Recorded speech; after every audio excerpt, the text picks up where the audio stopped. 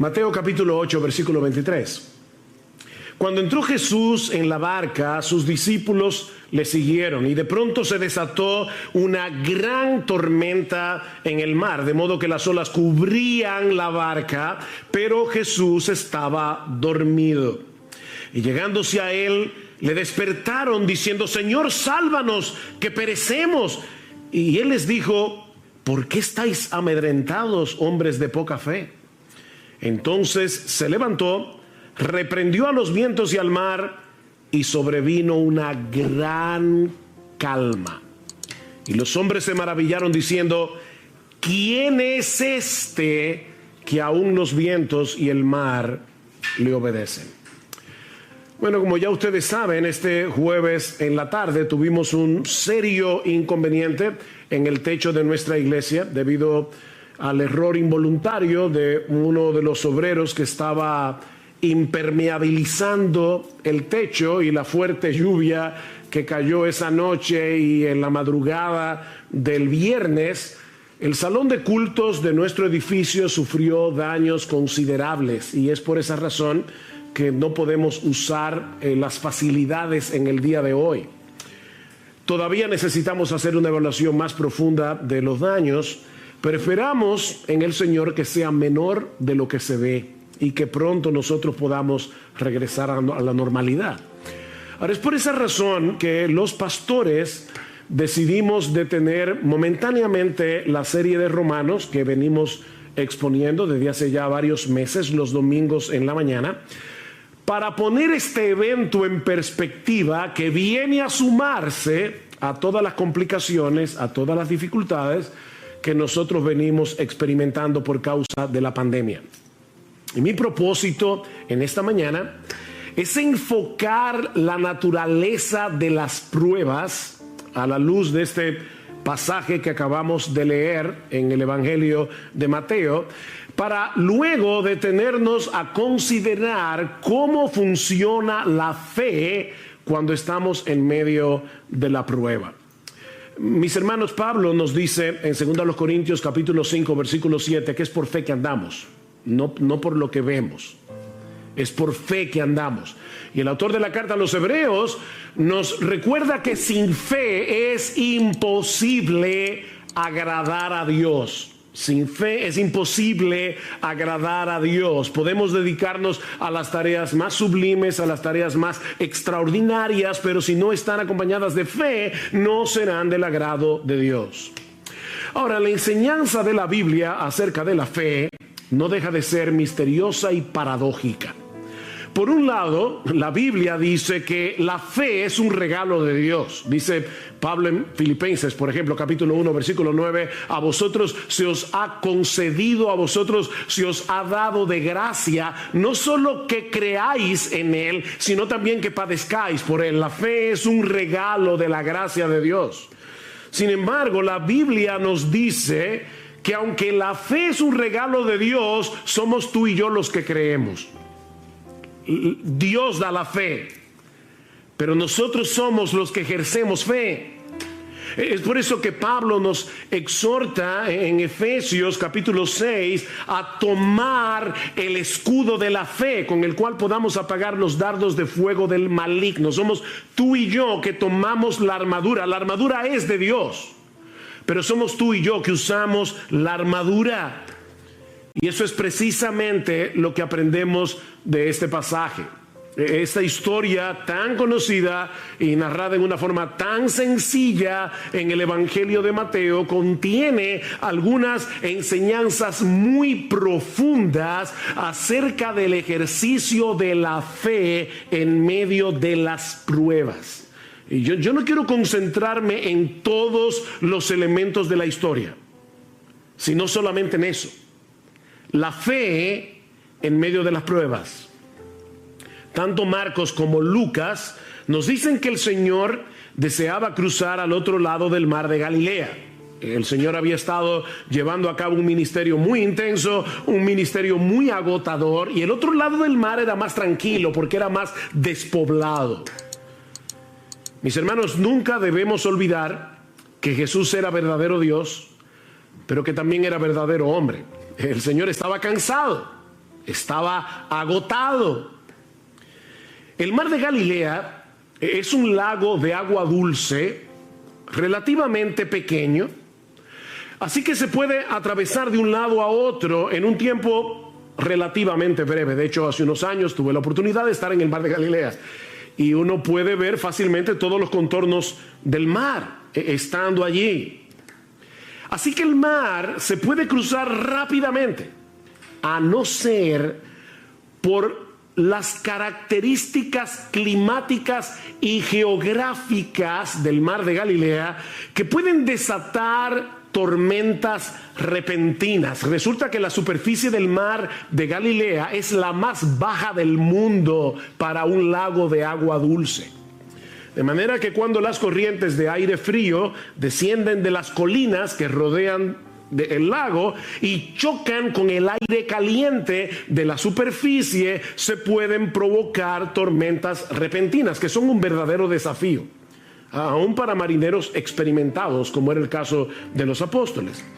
Y eso fue precisamente lo que ocurrió esa noche. Vean otra vez versículo 23. Cuando entró Jesús en la barca, sus discípulos le siguieron y de pronto se desató una gran tormenta en el mar, de modo que las olas cubrían la barca, pero Jesús estaba dormido. Marcos nos dice en su evangelio que se desató una mega tormenta, un mega huracán, dice el texto literalmente. Que en asuntos de minutos puso a la barca al borde del naufragio. Las olas eran tan altas y golpeaban con tal violencia que el bote se zarandeaba de un lugar a otro. Yo no sé si ustedes alguna vez han visto esos, lo que nosotros llamamos muñequitos, en otros países le llaman cartones animados, donde de repente el agua se convierte como en un puño y comienza a golpear la barca. Bueno, lo que los discípulos estaban experimentando esa noche era un puño de agua golpeando la barca una y otra vez. Los discípulos sabían que ellos estaban en un serio problema. Humanamente hablando, era una situación desesperada, era una situación sumamente peligrosa. Y seguramente muchos de ustedes se han sentido así alguna vez. O puede ser incluso que estén atravesando por una situación similar en este mismo momento. Nadie está exento de las dificultades que surgen viviendo en un mundo caído. Y por eso, mis hermanos, es que es tan importante entender la naturaleza de las pruebas para luego ver cómo nosotros debemos ejercitar fe cuando estamos en medio de una prueba. Así que veamos en primer lugar la naturaleza de las pruebas tal como Dios nos los revela en este pasaje. Y lo primero que aprendemos de este texto es que las pruebas son controladas y enviadas por Dios con un propósito. Las pruebas son controladas y enviadas por Dios con un propósito. Ya les decía que no era nada extraño que en este mar se formaran tormentas repentinas, pero mis hermanos, Dios es soberano. Él lo controla todo, incluyendo los fenómenos de la naturaleza. Él puede impedir que cosas como estas sucedan, pero ¿saben qué? Muchas veces Dios decide no impedirlo. Dios decide no impedirlo. Yo sé que fue un error de un obrero que estaba impermeabilizando nuestro techo este jueves en la tarde. Pero mis hermanos, ese error de un obrero estaba en las manos del Señor. El hecho de que esa noche cayera un aguacero, nosotros lo escuchábamos fuera de la habitación y decíamos, está cayendo el cielo. Hacía muchos días, meses, que nosotros no veíamos un aguacero así. Bueno, ¿pudo haber impedido Dios que lloviera de esa manera precisamente cuando el techo tenía un problema? Por supuesto que sí. Por otro lado, también es cierto que Jesús estaba cansado. Mis hermanos, Jesús no estaba simulando que estaba dormido. En su naturaleza humana, él no pudo resistir el cansancio tan grande que tenía. Para los discípulos, era como de repente ver a Superman envuelto en kriptonita. O sea, el Señor está ahí completamente agotado. Era tal el agotamiento de Jesús que ni el ruido de las olas ni el movimiento de la barca pudieron despertarlo. Él estaba completamente exhausto. Así que los discípulos sabían que su experiencia como marinero no les serviría de nada para poder maniobrar en una tormenta como esa, y por lo visto tampoco contaban con Jesús. Era una situación realmente desesperada. Pero mis hermanos, la Biblia nos enseña una y otra vez que las pruebas nacen en el trono de Dios. Las pruebas nacen en el trono de Dios. Ustedes recuerdan cuando Noemí regresó a Belén desde los campos de Moab, sin marido, sin hijos. ¿Cuál fue su explicación teológica a sus vecinos en Belén? El Todopoderoso me afligió. El Todopoderoso me afligió. Mis hermanos, las pruebas nacen en el trono de Dios. Jehová dio, Jehová quitó. Sea el nombre de Jehová bendito. Job no dijo, el diablo me quitó lo que Dios me dio. No, fue Dios que me lo dio y fue Dios que me lo quitó. No somos víctimas de un destino ciego. Estamos en las manos de un Dios lleno de sabiduría, de un Dios lleno de poder, que controla todas las cosas para su gloria y para el bien de su pueblo. Mis hermanos, déjenme hacerles una pregunta. ¿Quién fue que tomó la decisión de embarcarse esa noche para cruzar el lago? Fue Jesús. Él era el único responsable de que ellos estuvieran en esa situación.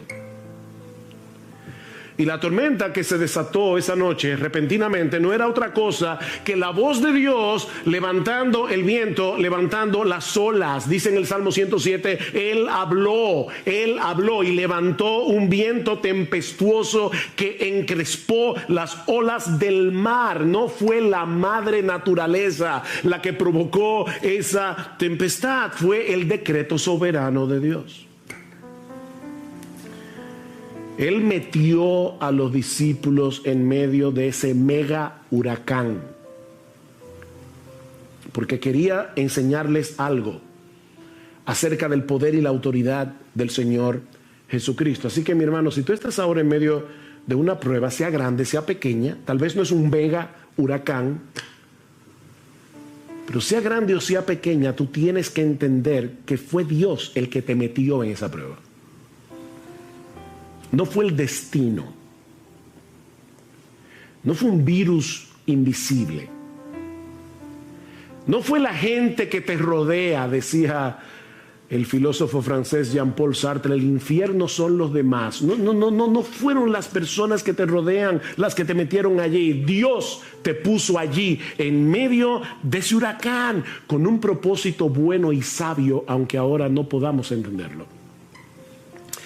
Pero este pasaje también nos enseña que las pruebas llegan sin aviso. Las pruebas suelen llegar sin aviso. Cuando los discípulos entraron en la barca, no podían imaginar lo que estaba a punto de ocurrir. Mateo nos dice que la tormenta se desató de pronto. ¿Lo ven en el versículo 24? De pronto, repentinamente. Las pruebas se introducen en nuestras vidas sin pedir permiso. Por eso es que Santiago dice, amados míos, tened por sumo gozo cuando os halléis en diversas pruebas. Y la idea es, cuando ustedes se encuentren de repente en diversas pruebas, nosotros quisiéramos que las pruebas vinieran como espaciadas, ¿verdad? Que viniera una hoy, otra el año que viene. Pero dice Santiago, no, a veces tú tienes una prueba y luego vienen 25 juntas. Cuando os halléis en diversas pruebas, o como dice el texto literalmente, pruebas de diversos colores. Y desde nuestro punto de vista, las pruebas siempre llegan en el momento más inoportuno. Yo siempre me pregunto cuando escucho a la gente decir, wow, este era el peor momento para tener un problema económico, o este era el peor momento para yo enfermarme, este era el peor momento para tener una cirugía no planificada. ¿Cuándo es el mejor momento para tener un problema económico? ¿Cuándo es el mejor momento para tener una enfermedad incurable? Las pruebas llegan desde nuestro punto de vista en el momento más inoportuno. Pero mis hermanos, lo que a nosotros nos toma por sorpresa nunca sorprende a nuestro Dios. Porque Él es el que decreta las pruebas, como vimos ya. Y Él las supervisa. Para que no lleguen más allá de lo que nosotros podemos soportar. Él es que la supervisa para nuestro bien, como los montes rodean a Jerusalén. Salmo 125, así el Señor rodea a su pueblo desde ahora y para siempre. Nada me puede tocar sin pasar por la supervisión de Dios. Amén. Wow, qué glorioso eso. Amén. Pero aprendimos también de este pasaje que las pruebas sacan a flote las corrupciones de nuestro corazón. Las pruebas sacan a flote lo peor de nosotros. Los días previos a ese incidente, si ustedes pueden leer luego en sus casas Mateo capítulo 8 completo, se van a dar cuenta que Jesús había estado haciendo milagros sorprendentes. Por ejemplo, Mateo 8, 1 al 4, la curación de un leproso. Versículo 5 al 13, la curación a distancia del criado del centurión. Ni siquiera Jesús tuvo que ir a tocarlo. No, fue a distancia. La curación de la suegra de Pedro en el versículo 14. Y yo me imagino que en ese momento los discípulos se sentían campeones de la fe. Cuando uno ve a Jesús haciendo todo eso, tal vez ellos pensaban, mira, ahora mismo no importa lo que pase, yo confío en ese hombre. De hecho, es interesante ver en el texto que cuando otros veían las demandas del Señor como muy altas, recuerdan cuando les decía, síganme, y uno decía, espérate, deja que vaya en tierra a mi padre, o espérate que yo tengo una cosa que hacer, o no sé qué. Cuando otros estaban poniendo excusas para seguir a Jesús, vean lo que dice el versículo 23, cuando entró Jesús en la barca, sus discípulos le siguieron. Mientras otros veían difícil seguir a Jesús y ponían excusas para seguir a Jesús, los discípulos no.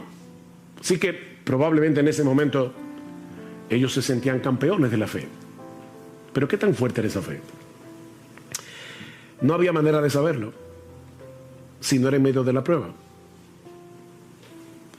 Abraham no sabía qué tan fuerte y sólida y vigorosa era su fe hasta que Dios le pidió que sacrificara a Isaac. Ezequías fue un buen rey de Israel. Enfermó, le oró a Dios que lo sanara, Dios lo sanó. Y probablemente en ese momento se sentía fuerte en su fe. Llegaron unos embajadores de Babilonia y el orgullo de Ezequías salió a flote inmediatamente. Mis hermanos, es en medio de las pruebas que conocemos el estado real de nuestro corazón.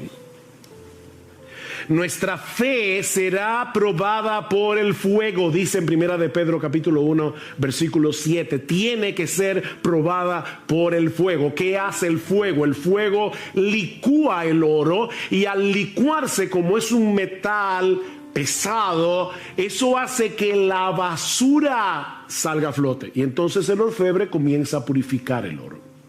Pero tiene que ser por medio del fuego. Yo estoy seguro que a nadie le gustaría ir a una joyería, comprar una prenda pensando que es de oro y después resulta que era de hojalata.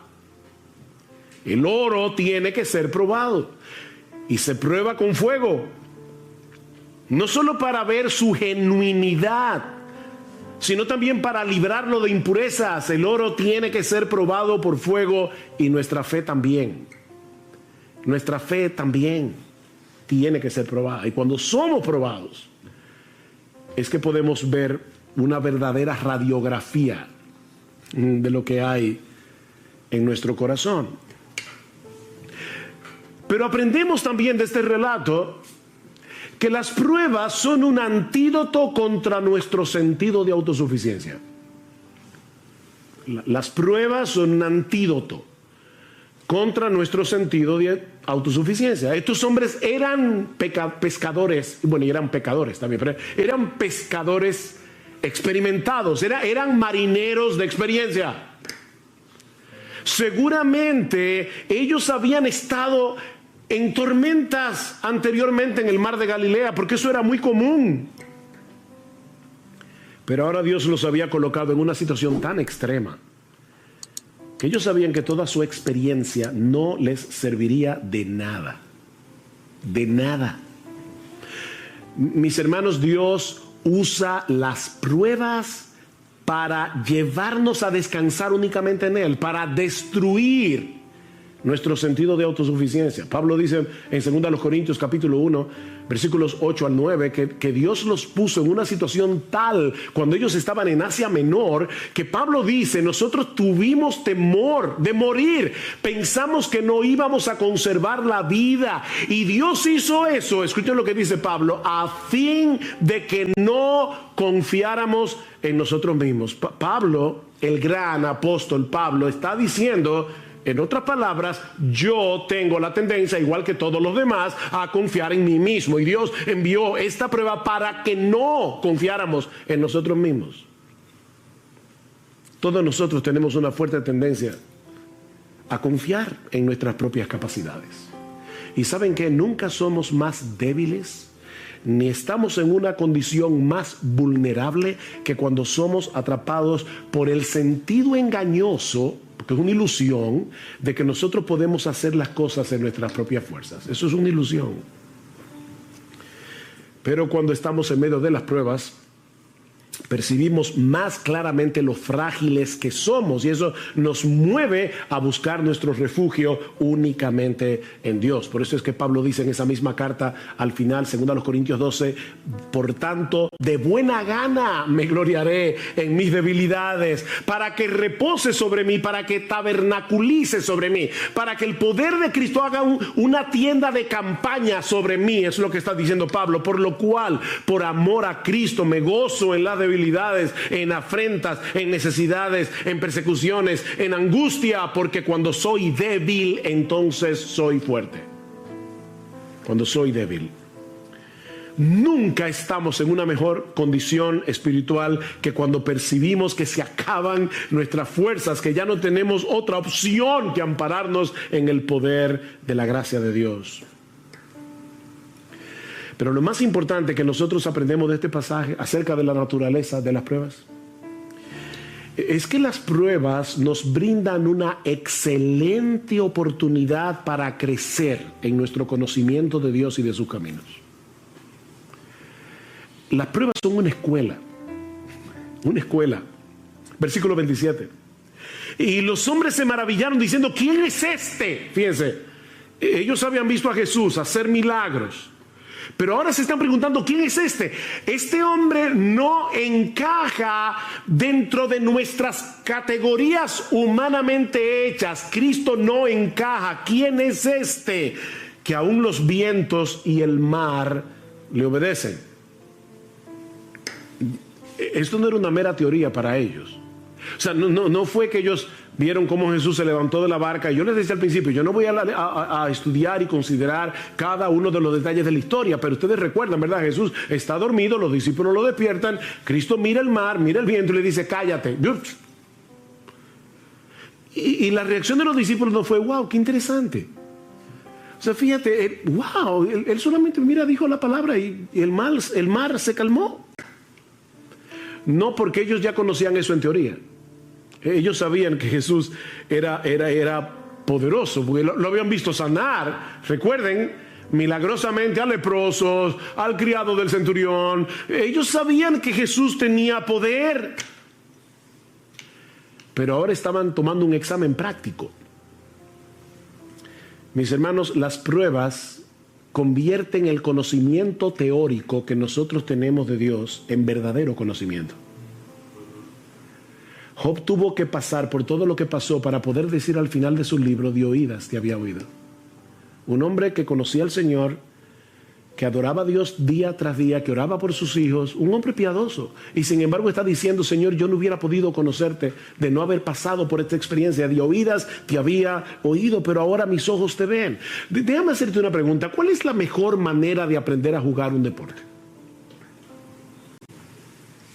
¿Leyendo un manual sobre las reglas de juego, los movimientos? Mira, nosotros podemos tener un manual escrito por Leo Messi acerca de cómo jugar el fútbol y aprender el manual de memoria, pero la única forma de aprender a jugar fútbol es jugando fútbol.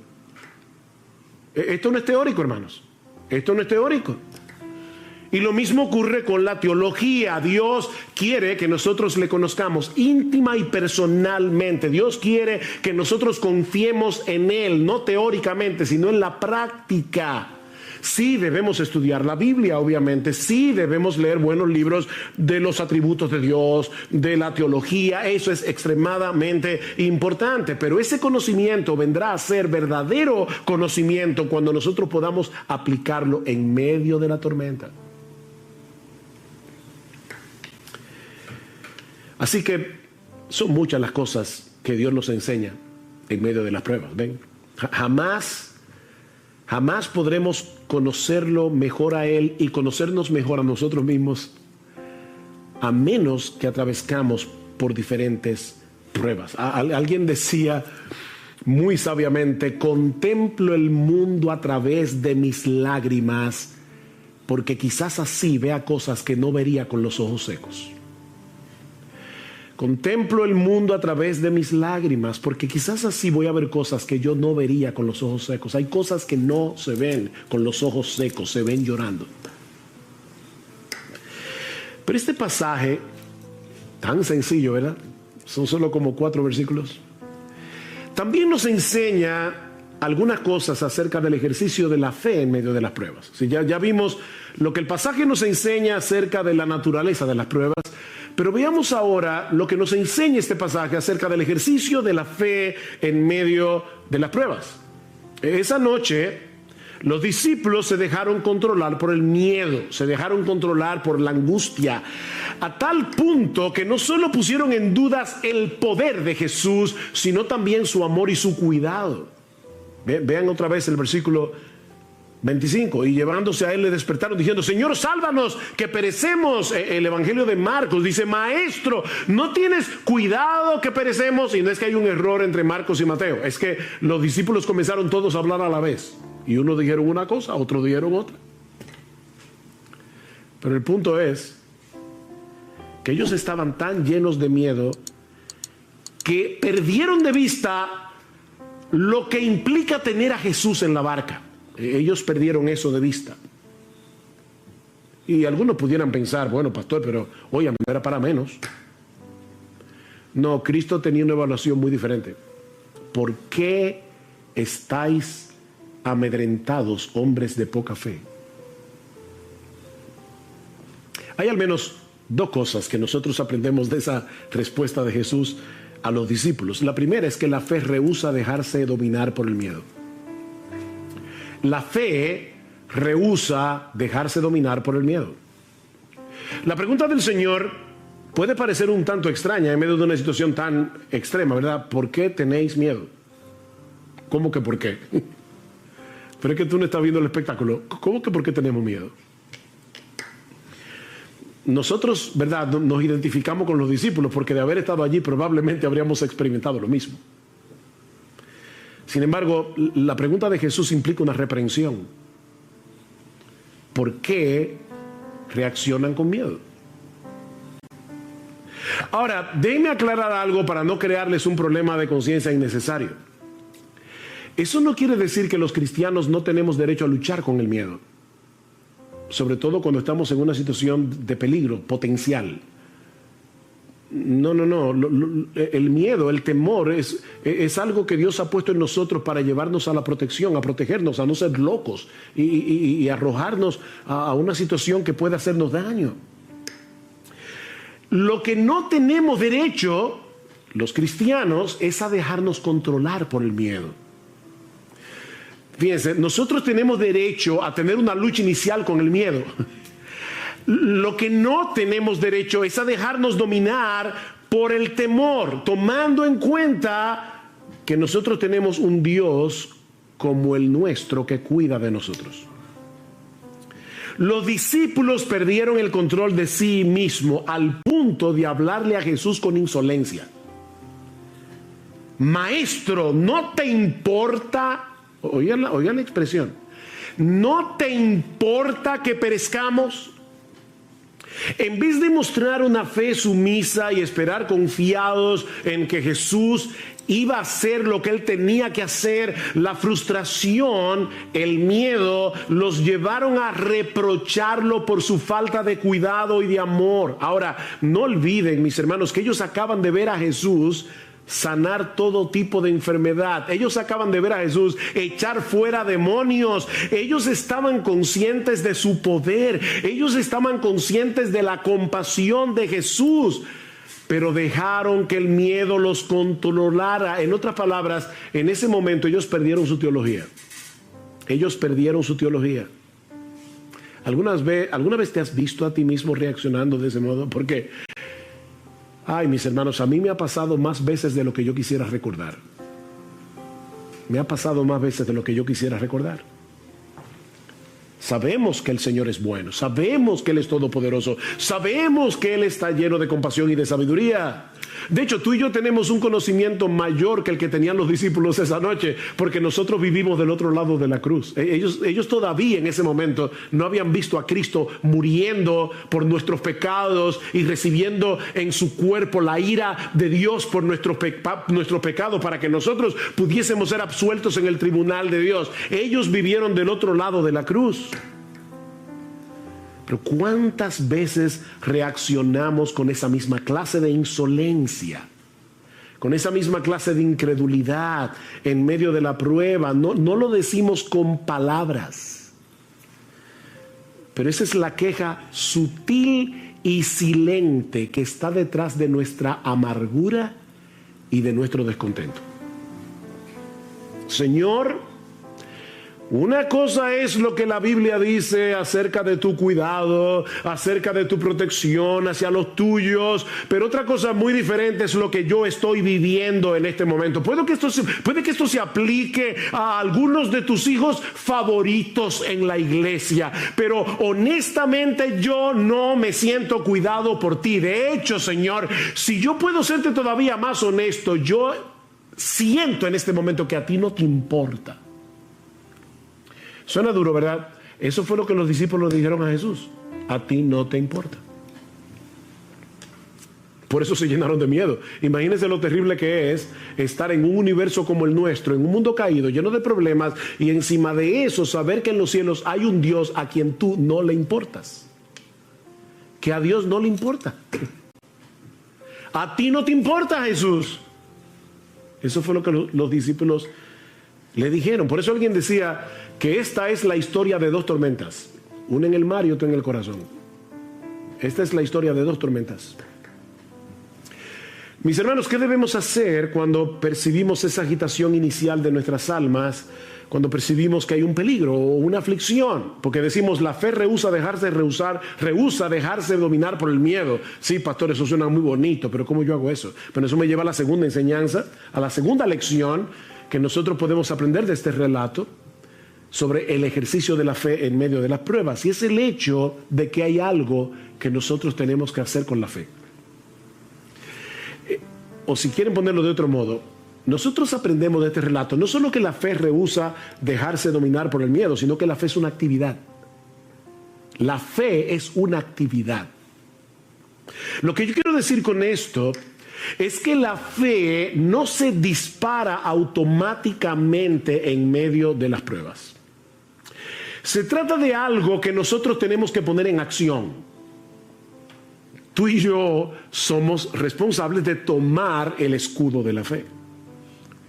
Lucas, en el relato paralelo, nos dice que luego que el Señor calma el mar en tempestad, Él le pregunta a los discípulos: ¿dónde está vuestra fe? ¿Ven la pregunta?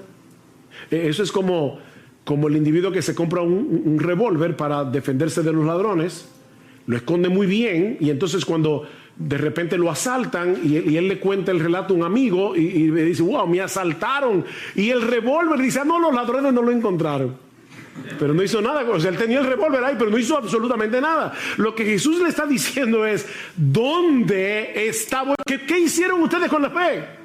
¿Dónde está vuestra fe? ¿Qué hicieron ustedes en ese momento con la fe que tienen en mí? Porque mis hermanos, ellos tenían fe en Jesús, por eso lo despertaron. Pero no hicieron nada con esa fe, aparte de despertar a Jesús insolentemente. Mis hermanos, hay algo que debemos hacer con nuestra fe para impedir que la angustia nos arrope. ¿Qué dice el salmista en el Salmo 56? En el día que temo, fíjense, no es yo nunca tengo miedo, no. En el día que temo, yo en ti confío. En el día que temo, yo tomo la decisión de confiar en ti. Yo tomo la decisión de pensar correctamente. Por eso decimos que la fe es una actividad, porque es la actividad de mantener a raya nuestra incredulidad con la palabra de Dios. Nosotros tenemos que mantener a raya la serpiente de la duda, la serpiente de la incredulidad con la palabra de Dios. El problema de los discípulos en la barca es que ellos no se hicieron cargo de la situación, sino que dejaron que la situación se hiciera cargo de ellos, que la situación los controlara. Miren, mis hermanos, cada vez que nosotros estamos en medio de una prueba, la voz de la duda comienza a hablar inmediatamente. Y lo que pasó esa noche es que ellos dejaron que la voz de la duda controlara la conversación, en vez de escuchar la voz de Dios a través de su palabra. ¿Por qué te abates, oh alma mía? Fíjense, ¿qué está haciendo el salmista aquí? Él está acallando la voz de la duda. ¿Por qué te abates, oh alma mía? ¿Por qué te turbas dentro de mí? Espera en Dios, porque aún he de alabarle, salvación mía y Dios mío. Háblale a tu alma, no dejes que la voz de la duda hable sin control. A final de cuentas, sí, el pánico de los discípulos no era justificado. No era justificado a pesar de la tormenta, porque el Rey de Gloria, el Creador de los cielos y de la tierra, estaba con ellos en la barca, y en ningún momento dejó de estar en control en su naturaleza divina, ni siquiera cuando su naturaleza humana estaba dormida. ¿Ven? Verdadero Dios, verdadero hombre. Él estaba dormido, eso era verdad, pero su divinidad seguía despierta. El gran problema de los discípulos no era la tormenta, era la falta de fe. ¿Por qué estáis amedrentados, hombres de poca fe? Hombres de poca fe. Ellos no habían conectado los puntos entre los milagros que habían visto hacer a Jesús y la situación por la que estaban pasando en ese mismo momento. Era unas horas después. No conectaron los puntos. Mis hermanos, no son las circunstancias de la vida que nos llenan de temor. Lo que nos llena de temor es la falta de fe. Nosotros tenemos un montón de información almacenada en la cabeza acerca del poder de Dios, del amor de Dios, de la sabiduría de Dios. Pero en el momento de la prueba, nuestro diálogo interior nos traiciona. Y entonces, ¿ahora qué? Y sí, y entonces, y si pasa, y si viene. Ven, el diálogo interior nos traiciona. Lo que nos decimos a nosotros mismos no concuerda con nuestra teología. ¿Ven? Y terminamos dominados por el pánico. Pablo dice que los creyentes sabemos que a los que aman a Dios todas las cosas les ayudan a bien. O sea, Pablo dice, tú eres creyente, tú sabes eso porque el Espíritu Santo te lo ha enseñado, no solamente en su palabra, es que el Espíritu Santo nos habla esa verdad al corazón. Sabemos que a los que aman a Dios todas las cosas les ayudan a bien. ¿Cuál es el problema entonces? Que nos dejamos arrastrar a ese lugar que Juan Bunyan bautizó como llanura del olvido en el libro de La Peregrina. Y dice Bunyan, por cierto, esa es la parte más peligrosa de estos contornos, la llanura del olvido. Pues si alguna vez los peregrinos sufren algún desastre, es precisamente cuando se olvidan de los favores que han recibido y de lo inmerecidos que son estos. No te dejes arrastrar hacia la llanura del olvido. Y lo digo así porque así lo pone Bunyan, llanura del olvido. No te dejes arrastrar hacia ese lugar. Nunca olvides las misericordias de Dios en Cristo, porque su amor manifestado en el Calvario sigue tan intacto hoy como cuando Cristo estaba muriendo por tus pecados en la cruz. Está intacto el amor de Dios. Ayer escuchaba la historia de una mujer que iba en un barco y el capitán era su esposo. Resulta que de repente se levanta una fuerte tempestad, la mujer está muy atemorizada y va hacia el marido y el marido le pregunta, ¿por qué tienes miedo? Y ella le responde con otra pregunta, ¿y tú por qué no tienes miedo? Hay una tormenta allá afuera. El marido, le pidió a un joven que estaba ahí, dice, tráeme mi espada. Él le trae la espada. Y él se coloca con la espada frente a ella y le dice, ¿tú me tienes miedo? Y dice ella, por supuesto que no. Y dice, ¿por qué tú no me tienes miedo? Dice, porque yo sé que tú me amas, tú eres mi esposo. Bueno, le dice él, el Dios que controla esta tormenta es mi Padre que me ama. Y no la usará para hacerme daño.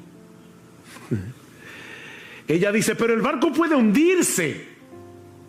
Ah, le dice él, entonces mi alma irá a su presencia a la espera de la resurrección de mi cuerpo.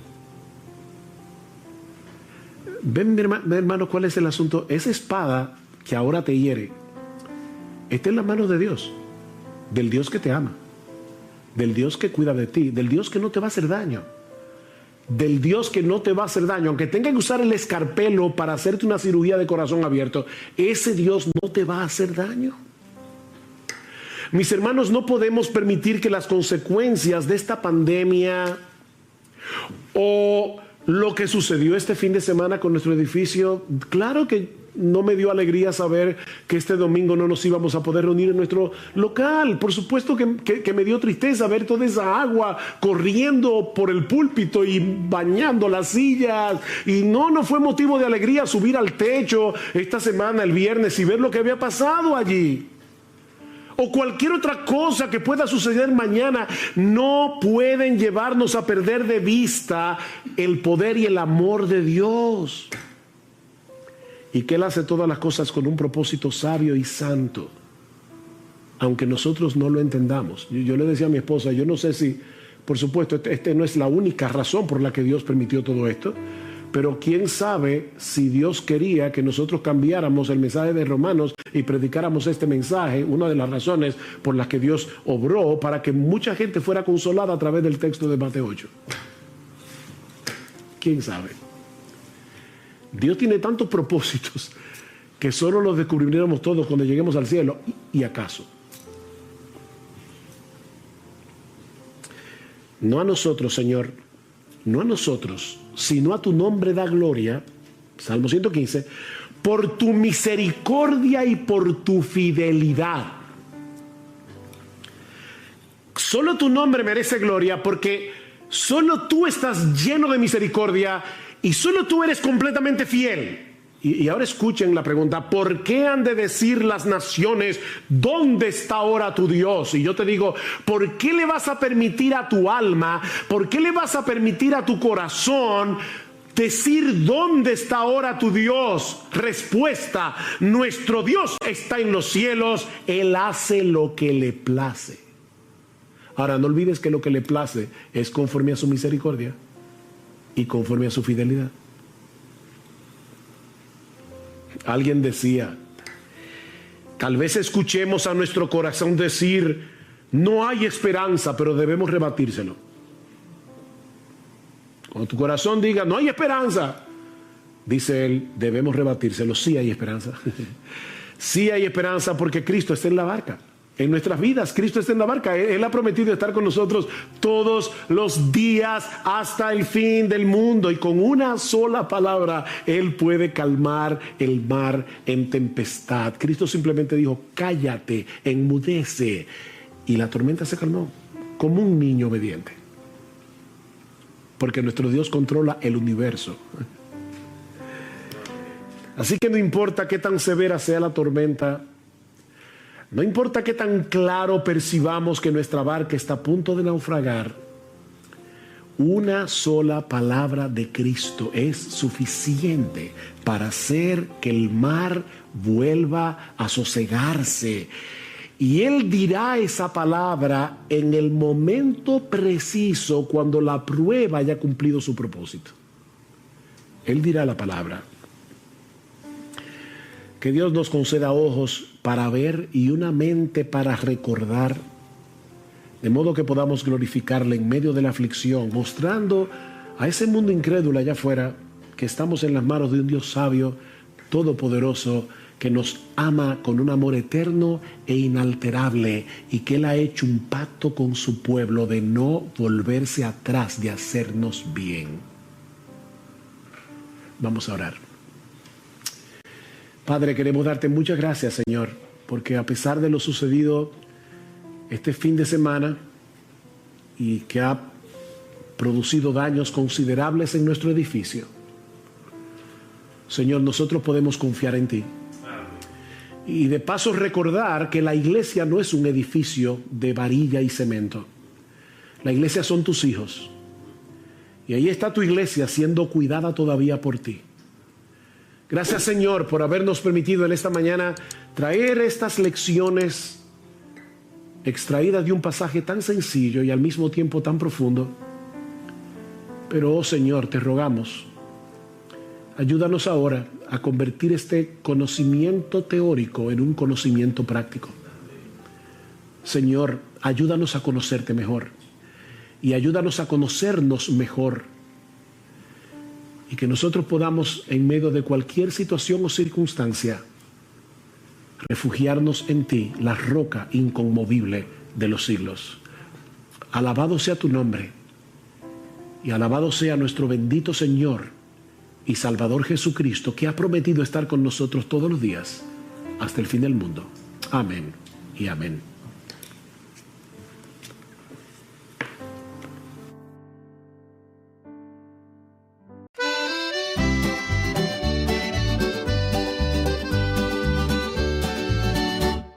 Lasciati scendi un mele tu, un sole che scuria trairà.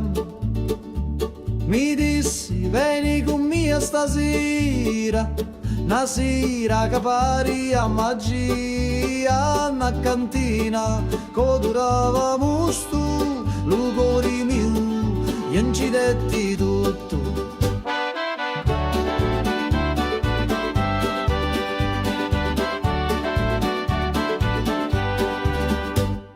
Gira chiagnina lenta e sorda e giro frasso che canta ancora, che non è vino rosso come fuoco, ambivio frasso scordavo loco, manichini dove speranza da sta terra tutto danza.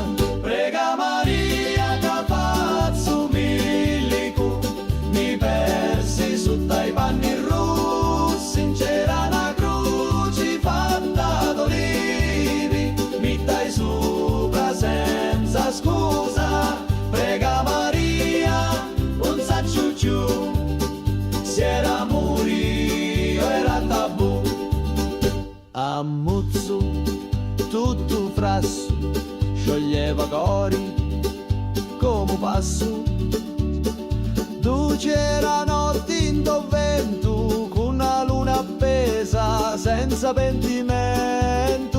Una voce mi chiamava tu fondo, scendi ancora, un perdi sto mondo. Da cantina, il tempo si ferma, ogni goccia è storia eterna, cutti a me lato, cutti a me cori, sti stiddi cacciato non mori, scuro fora, ma luci dintra, a voci to, sempre mi senta. Prega Maria che faccio milico, mi persi su dai panni russi, c'era una croce fatta d'olivi, mi dai sopra senza scusa. Prega Maria, un saccio giù, se era morio era tabù. Lassati mi scigno meletu, ogni volta, ogni giornata, a ti attorno in ta cantina, con vino speranza e una picca rovina.